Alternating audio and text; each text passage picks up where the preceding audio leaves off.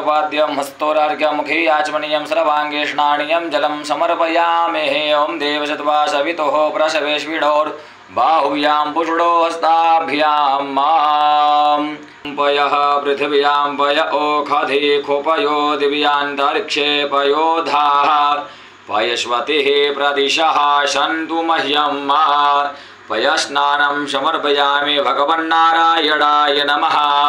पयस्नानान्ते याचमनीयं जलं समो आकारिकं जिष्णोरश्वस्य वायिनः शूरभिनो मुखा करत्प्रण आयुगो खेतारिखत दधिस्नानं समर्पयामि भगवहितं मिमिक्षे घृतमस्य यो निघृते स्त्रितो घृतं वश्य धाम्मा अनुग्बधमामादये स्वाहा कृतं वृकवाक्षिहव्यं मा घृतस्नानं समर्पयामि मधुस्नानं सिन्धवः माद्विर्णः सन्तो खधीः मधुनक्तमुतो खशो मधुमत्पार्थिवगो रजः मधुद्यौरस्तूणः पिता मधुमाणो वनस्पति मधुमा अस्तसोर्जः माद्विर्गावो भवन्तु नः।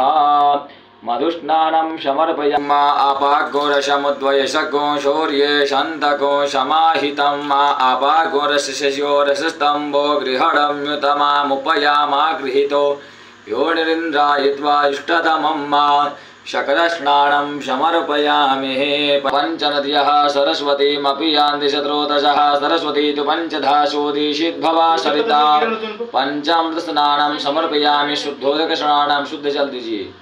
शुद्धबालः सर्वशुद्धबालो मणिबालस्ताश्विनः श्वेतः श्वेताक्षो आरूढस्ते रुद्राय पशुपतये करणायाम अवलिप्ता रौद्रानभोरूपाः पार्जन्याः।